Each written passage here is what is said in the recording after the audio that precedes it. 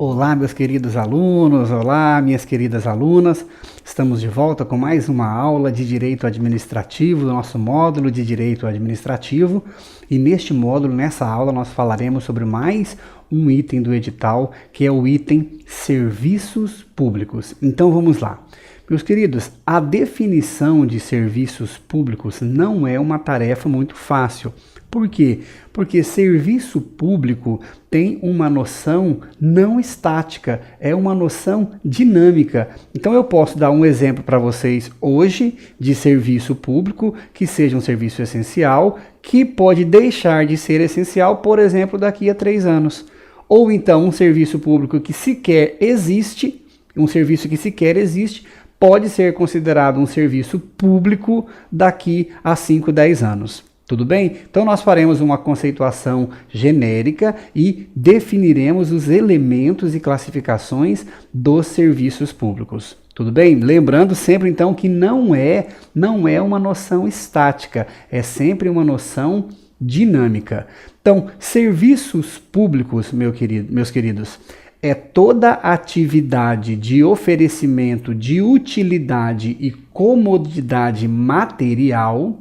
Serviço público é toda atividade de oferecimento de utilidade e comodidade material destinada à satisfação da coletividade, que pode ser utilizada singularmente pelos administrados e que o Estado assume como pertinentes a seus deveres e presta diretamente ou por terceiras pessoas. O Estado pode prestar de forma centralizada, de forma descentralizada e de forma desconcentrada. E aí nós já lembramos os conceitos das nossas aulas passadas. Desconcentração por órgãos da administração, descentralização por outras pessoas jurídicas ou até mesmo por terceiros, certo? E este serviço público sempre terá um regime jurídico de direito público. Tudo bem, então, meus queridos, o conceito? Então, serviço público são serviços por meio do qual a Constituição ou as leis infraconstitucionais escolhem como atividades consideradas de interesse geral. E a Constituição ou as leis infraconstitucionais, elas denominam esses serviços como serviços públicos e dão a esses serviços um tratamento diferenciado. Tudo bem? Um exemplo, professor, o serviço de bonde, por exemplo, o bondinho do Rio de Janeiro, aqui do Rio de Janeiro, eles eram considerados o quê? Serviços públicos. Hoje não se dá mais a importância ao bondinho como sendo um serviço público, um serviço de interesse da coletividade. Da mesma forma, a telefonia, o telefone celular, até 10 anos, não era considerado um serviço público. E hoje nós temos o que? Não há dúvida na doutrina, na jurisprudência, que telefonia celular é um serviço público, tudo bem? Por isso que eu disse para vocês aquele conceito dinâmico, não é uma noção estática em relação a serviços. O mais importante para vocês, não confundam serviço público com, primeiro, atividade de exploração da atividade econômica, certo? Exploração da atividade econômica é um meio pelo qual o Estado intervém no domínio econômico, intervém na livre iniciativa para fomentar ou para assegurar o cumprimento de uma disciplina legal do setor, mas não há falar em serviço público. Então, serviço público não se confunde com exploração da atividade econômica. Exploração da atividade econômica pelo Estado, nós já vimos as hipóteses que ele pode exercer essa exploração da atividade econômica, não é serviço público. Tudo bem? Atividades industriais e comerciais exercidas pelo Estado também não são serviços públicos, certo? Atividade industrial e atividade comercial, nós aplicaremos as regras de direito civil, regras de direito empresarial, de direito privado. Tudo bem? Tranquilo, meus queridos? Vamos lá. Uma outra coisa que você não pode confundir. Limitações administrativas. limitações administrativas, instrumentos pelos quais a administração ela interfere em atividades, interfere em interesses de particulares, geralmente ligados à propriedade e ligados à liberdade da pessoa, não são serviços públicos. Por exemplo, professor, requisição administrativa, nós estudaremos aqui no nosso curso, servidões administrativas, desapropriações administrativas não são serviços públicos. E o mais importante, que todo mundo erra nas provas, você não vai errar, porque preste muita atenção, vamos lá. Obra pública. Construção de um hospital, construção de uma rodovia, construção de um viaduto, reforma de um logradouro público não é serviço público. Lembra, serviço público representa algo dinâmico, algo em movimentação, algo em ação constante. Obra pública não. Uma vez realizada a obra, nós não dependemos mais de uma ação constante. É um produto estático. Então, obra pública não é serviço público, porque obra pública é um produto estático. Terminou de fazer a obra, acabou ali a obra pública. Não há falar em serviço público. Tudo bem? Então vamos lá, meus queridos. Vocês não confundem mais o que são serviços públicos, intervenção na economia, limitação administrativa, não confundem com obra pública, não confundem mais com atividades comerciais e atividades industriais. Tudo bem? Professor, quais são os princípios do serviço público? O serviço público ele se submete ao regime jurídico administrativo. Nós já estudamos por 2 oportunidades o regime jurídico administrativo. Temos lá, quando nós estudamos o artigo 37, o LIMP, lembram do LIMP? LIMP, legalidade, impessoalidade, moralidade, publicidade e eficiência. Princípios expressos da Constituição em relação à administração.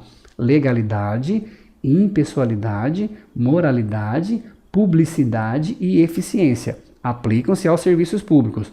O princípio da supremacia do interesse público, nós também aplicamos. Todos os princípios que nós estudamos até agora, princípio da finalidade, princípio da razoabilidade, lembram desses princípios? Dão uma retornada nas nossas aulas, todos eles se aplicam também ao serviço público. Mas, princípios específicos dos serviços públicos, professor, vamos lá. Primeiro, dever de prestação pelo Estado. Dever, alguns doutrinadores chamam isso de dever inexcusável do Estado de promover a prestação do serviço público. Então, dever inexcusável do Estado de promover a prestação dos serviços públicos. Se a Constituição elenca esse serviço como sendo de natureza pública, a obrigatoriedade, o Estado não pode se excusar de prestar esse serviço, seja de forma direta ou seja de forma indireta ou por descentralização. Pode ser por centralização? Pode, professor. Pode ser por desconcentração? Pode, órgãos públicos, lembram disso? E pode ser por descentralização. Nós estudaremos na nossa próxima aula, que é a concessão e a permissão e a autorização. Nós estudaremos na nossa próxima aula, mas há possibilidade. Mas lembre-se, dever de inexcusabilidade do Estado. É um dever inexcusável do Estado promover a prestação dos serviços públicos. Tranquilo? Vamos lá. Princípio da atualidade. Meus queridos, princípio da atualidade, alguns doutrinadores chamam de princípio da adaptabilidade. É o princípio que exige que o serviço público seja prestado com modernidade. A atualidade compreende modernidade de técnicas, tanto dos equipamentos, das instalações e da conservação desses serviços, certo? Há necessidade de uma melhoria do serviço público. O serviço público deve ser prestado no estado da técnica. O que é isso, professor? No estado da técnica é com a utilização das técnicas mais modernas possíveis. Não há que se falar em serviço público prestado mais com a máquina de escrever. né? Nós temos aí já computadores moderníssimos. Então o serviço público ele deve se utilizar das técnicas mais modernas, deve se utilizar de técnicas contábeis, deve se utilizar de técnicas de administração, de equipamentos e de instalações, deve se utilizar de aplicativos, professor, claro, porque o serviço público deve ser prestado utilizando as melhores, as técnicas mais modernas possíveis. Tranquilo? Princípio da universalidade, o serviço deve ser prestado para uma coletividade, deve ser prestado de forma a atingir toda a coletividade, e aí nós lembramos lá do princípio da impessoalidade, lembra do princípio da impessoalidade? Nós não podemos ter discriminação em relação aos usuários. Então esses serviços públicos, eles devem ser fornecidos para toda a coletividade sem nenhuma distinção de caráter pessoal. Tranquilo?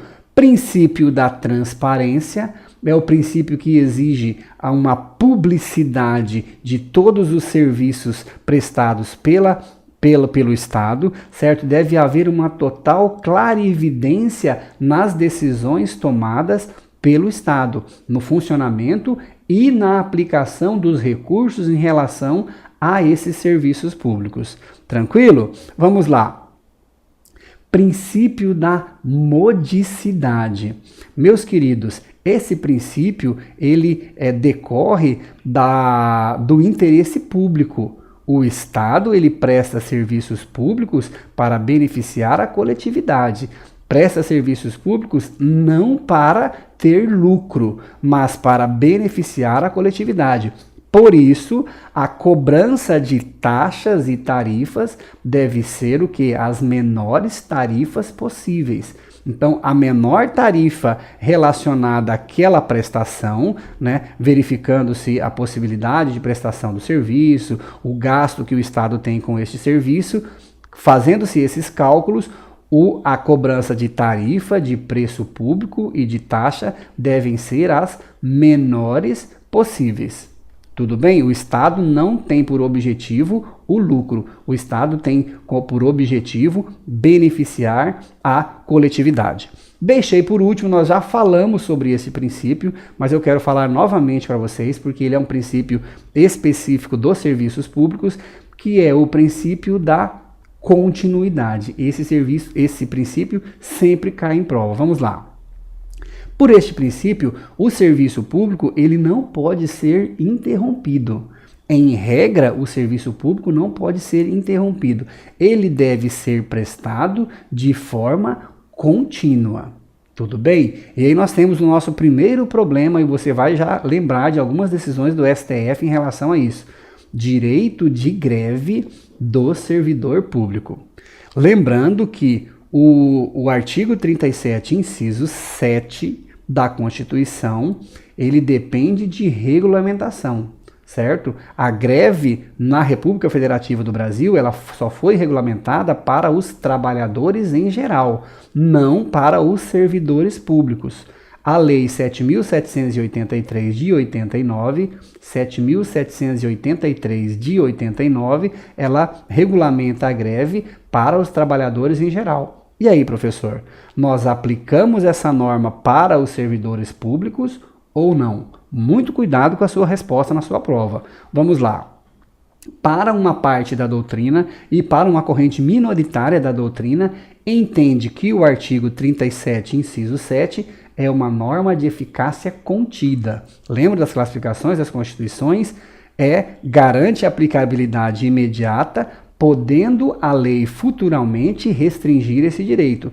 Essa é uma corrente minoritária da doutrina, meus queridos, porque a maioria da doutrina e da jurisprudência entende que o artigo 37 é uma norma de eficácia limitada, ou seja, essa greve, esse direito de greve só pode ser exercido após o advento de uma lei regulamentadora. Não há falar-se, portanto, em aplicabilidade imediata. Tudo bem? Então, norma, para a maioria da doutrina, é uma norma de eficácia limitada, que depende de regulamentação. Entretanto, o Supremo Tribunal Federal, na análise de mandados de injunção, e aí nós temos controle de constitucionalidade pela via difusa, certo? Pela via difusa, por mandado de injunção, o STF declarou a omissão legislativa do Congresso Nacional e decidiu aplicar para os servidores públicos, no que couber, a Lei 7.783 de 89, certo? Lembrando que isso é controle de constitucionalidade pela via difusa, não é controle concreto, não é controle por via ad im por omissão. Tranquilo? Beleza então, meus queridos, vamos lá, seguindo. Exceção, ou seja, possibilidades de interrupção do serviço público. Ah, professor, é possível? Excepcionalmente, é possível a interrupção dos serviços públicos nos seguintes casos. Primeiro, em situação de emergência. Em situação de emergência, há possibilidade de interrupção dos serviços públicos. Segundo, após prévia comunicação em razão do inadimplemento do usuário. Então, com prévia comunicação em razão do inadimplemento do usuário. E, por fim, a terceira exceção, quando não há condições técnicas necessárias para que a concessionária, por exemplo, possa prestar esse serviço. Então, em razão de condições técnicas que não ofereçam possibilidade da prestação desse serviço. Então, vamos lá. 3 exceções: emergência, prévia comunicação em razão do inadimplemento e falta de condições técnicas. Mas vamos lá, meus queridos. Professor, e os serviços essenciais? Eles podem ser interrompidos no caso de inadimplemento do usuário? Então vamos lá. A maioria dos nossos tribunais, a maioria da jurisprudência entende que é possível a interrupção de serviços públicos essenciais quando forem remunerados por tarifa, ou seja, quando forem prestados por concessionárias de serviço público em razão do inadimplemento e desde que mediante prévia comunicação. Então, os tribunais entendem de forma majoritária a possibilidade dessa interrupção após comunicação prévia em razão do inadimplemento, certo? Somente para serviços remunerados por tarifa, em razão de serem prestados por concessionárias de serviço público. Tranquilo? Uma outra parte da doutrina, e nós estamos falando da doutrina, a doutrina entende que essa interrupção de serviços públicos essenciais, ela fere a dignidade da pessoa humana, certo? E essa parte da doutrina, ela tem como fundamento, em especial, o Código de Defesa do Consumidor, que lá no artigo 22 proíbe a interrupção de serviços essenciais. O artigo 22 do Código de Defesa do Consumidor diz que os serviços essenciais devem ser contínuos. Em razão disso, o STJ, em algumas decisões, tem julgado no sentido de que essa previsão do Código de Defesa do Consumidor, ela não é absoluta. Então, devem ser analisados os casos em concreto. A avaliação de cada caso concreto vai definir se este serviço essencial pode ou não ser interrompido.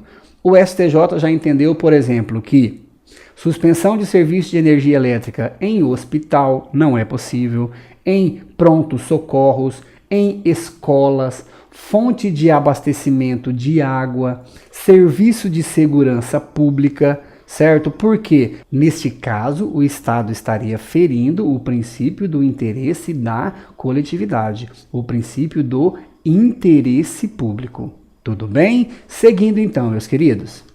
Ainda sobre esse tema, o STJ entende que, em havendo discussão quanto ao valor a ser pago pela prestação dos serviços, este serviço deve ser mantido até decisão final. Esse é o entendimento do STJ. Havendo discussão sobre o valor do serviço, o serviço deve ser mantido. Tranquilo? Beleza? Um outro entendimento que gostaria de trazer para vocês, que pode cair na prova, é o seguinte: o STJ entende que só é possível interromper o serviço em razão do inadimplemento, ou seja, pela falta de pagamento, quando tratar-se de débitos atuais, de débitos do mês de consumo.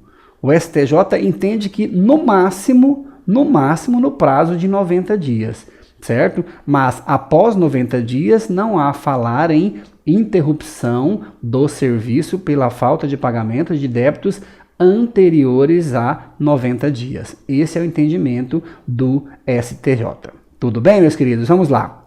Professor, competência para a prestação de serviços públicos. A Constituição, ela elenca um rol de serviços públicos para cada ente da federação, mas este rol não é exaustivo, é meramente exemplificativo. Mas nós temos na Constituição o seguinte: alguns serviços que são de prestação obrigatória e exclusiva, e aí eu quero que você anote. Professor, qual seria o serviço público de prestação exclusiva pelo Estado? Serviço postal e correio aéreo nacional. Serviço postal não pode ser prestado por nenhuma outra pessoa jurídica, somente pelo Estado. Então, prestação obrigatória e exclusiva do Estado. Tudo bem? Serviço postal e correio aéreo nacional. Nós temos serviços de prestação obrigatória pelo Estado, mas que ele também deve fazer concessão a terceiros. Então, nós temos serviços que ele deve prestar, mas que ele também deve ceder, deve fazer concessão a terceiros. Serviço de rádio e televisão, certo? Que são serviços prestados pelo Estado diretamente, mas que ele também é obrigado a fazer por meio de delegação, por meio de concessão ou por meio de permissão. Serviço de rádio e televisão. Temos serviços de prestação obrigatória pelo Estado, mas sem exclusividade. Não é somente o Estado que presta, ou seja, são serviços não privativos do Estado. E aí nós temos como exemplo a saúde e a educação, que são prestados pelo Estado, mas não é de sua atribuição exclusiva. Podem ser prestados por particulares. Educação e saúde. Temos também serviços de prestação não obrigatórias. Serviço de prestação não obrigatória, mas que, se o Estado não prestar, ele é obrigado a promover a efetivação desse serviço. Lembra lá do princípio da obrigatoriedade de efetivação do serviço? E como ele faz isso, professor? Por meio de concessão ou permissão. E aí, neste caso, os particulares vão prestar esse serviço em nome do Estado. Eles prestam somente a execução do serviço. Exemplo, professor: energia elétrica, telefonia, transporte rodoviário. Tranquilo? Seguindo a nossa aula, classificação dos serviços públicos.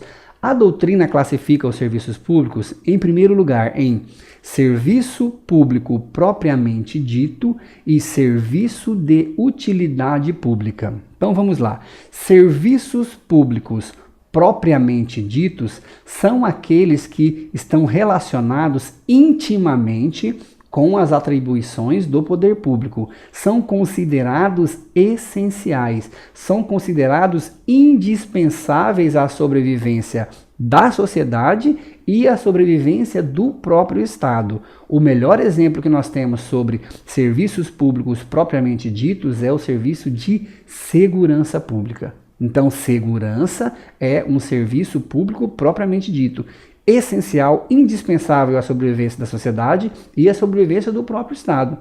Temos os serviços de utilidade pública, que são serviços impróprios, serviços que eles são convenientes para a sociedade, mas que o Estado sobrevive sem esses serviços, certo? O Estado pode prestar diretamente ou pode prestar indiretamente. Pode prestar de forma centralizada ou de forma descentralizada, inclusive por terceiros.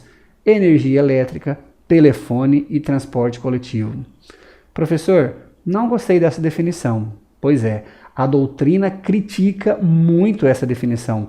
Por quê? O serviço de energia elétrica, por exemplo, não há discussão sobre a essencialidade desse serviço. Só que para essa doutrina que classifica os serviços públicos de utilidade pública, por exemplo, se o serviço de energia elétrica fosse incluído na lista dos serviços essenciais, não poderia ser objeto de delegação. Assim como não pode ser objeto de delegação o serviço de segurança pública. Tudo bem? Então fica aí a crítica para vocês, para que você escreva uma segunda fase, mas na primeira fase você adote o pensamento da doutrina. Serviços públicos propriamente ditos são serviços essenciais, serviços pelos quais o Estado não sobrevive e que não há possibilidade de delegação. Serviços de utilidade pública são serviços que podem ser objeto de delegação. São serviços que geram uma comodidade para a coletividade.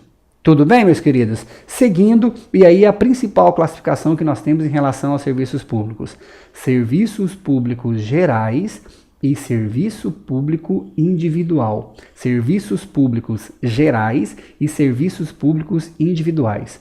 Serviços públicos gerais são aqueles prestados para toda a coletividade. Nós não temos um usuário determinado. Nós não temos a possibilidade de dividir esse serviço. Nós não conseguimos calcular quanto cada um utiliza. Certo? Não há possibilidade de calcular quanto cada um utiliza da segurança nacional. Por isso, esses serviços são mantidos pela arrecadação de impostos. Lembrem disso, meus queridos, para a sua prova. Serviços gerais que nós não podemos dividir, nós não podemos calcular quanto cada um utiliza, são mantidos por impostos. Impostos, segurança nacional. Agora, os serviços individuais, e são serviços específicos, serviços que nós conseguimos individualizar o usuário e o montante que ele vai se utilizar do serviço, certo? São serviços prestados a todos em razão do princípio da universalidade, mas com possibilidade de identificação de cada usuário. Estes serviços são remunerados por taxa, que é uma espécie de tributo, ou por tarifa, por preço público, que não tem natureza tributária. Tudo bem? Então, serviços divisíveis, ou seja, que eu posso verificar quanto cada pessoa utiliza, são prestados por meio de taxa, que é um tributo, ou por meio de tarifa ou preço público, que não tem natureza tributária. Professor, como eu faço para definir, para diferenciar taxa de tarifa? Taxa de tarifa. Vamos lá. O STF entende que a definição dessa cobrança depende da natureza do serviço. Se o serviço é compulsório ou se o serviço é facultativo. Se o serviço é compulsório, cobrança mediante taxa. Se o serviço é facultativo, cobrança mediante tarifa. Tudo bem? Então, se o serviço não pode ser recusado pelo destinatário, nós cobramos por meio de taxa. E nesse sentido, nós podemos cobrar o quê? A taxa mínima. A taxa mínima. A simples colocação do serviço à disposição do usuário pode gerar a cobrança dessa taxa. Se o serviço for facultativo, a possibilidade de cobrança aí é por meio de tarifa. Tudo bem? Esse é o entendimento do STF, inclusive entendimento sumulado na súmula 545. A súmula número 545 do STF diz o seguinte: preços de serviços públicos e taxas não se confundem. Por quê? Porque taxas são compulsórias, tem sua cobrança condicionada à prévia aprovação orçamentária em relação à lei que as instituiu. Então, a súmula 545 do STF entende que a diferença entre taxa e preço de serviço público é a compulsoriedade. Se for compulsório, cobrança mediante taxa, certo? para que você não erre em sua prova. Lembram-se da taxa de iluminação pública? A taxa de iluminação pública é um serviço geral, um serviço indivisível. Eu não posso calcular quanto cada pessoa utiliza de iluminação pública em uma cidade. O STF entendeu que a taxa de iluminação pública era inconstitucional. Justamente por quê? Porque a taxa não pode ser cobrada para remunerar um serviço geral. Tudo bem? A emenda constitucional número 39 de 2002 criou a contribuição de iluminação pública, lá no artigo 149A da Constituição. Há uma crítica muito grande da doutrina em relação a esse artigo, porque a contribuição também é uma espécie tributária vinculada a uma contraprestação pessoal, a uma contraprestação do Estado. E neste caso, para a maioria da doutrina, esse artigo 149A também é inconstitucional. Tudo bem? Mas fica aí então só a lembrança para vocês, taxa é tranquilo, taxa não existe mais taxa de iluminação pública, porque o STF entendeu que essa taxa instituída pelos municípios é inconstitucional, mas os municípios cobram hoje por meio de contribuição de iluminação pública, certo? Que para a doutrina também é inconstitucional. Tranquilo, meus queridos? Vamos lá? Mais uma problemática que envolve esse tema é em razão da cobrança de assinatura do serviço de telefonia. Certo, professor? Há possibilidade de cobrança de taxa mínima, né? Ou de cobrança de preço público mínimo, ou de tarifa mínima em relação ao serviço de telefonia? Guarde o que eu vou falar para vocês. Para sua prova, você guarde somente isso. O STJ, por meio da súmula 356, entende que é legítima, é possível a cobrança de tarifa básica pelo uso dos serviços de telefonia fixa. Então você lembra do que eu ensinei para vocês. A doutrina entende que a possibilidade é somente para taxa. Taxa mínima, por quê? Porque o serviço ele é compulsório, ele é obrigatório, mas o STJ entende que em relação a serviço de telefonia fixa, há possibilidade de tarifa básica, há possibilidade de tarifa mínima pelo uso dos serviços de telefonia fixa. Esse é o entendimento sumulado na súmula 356 do STJ.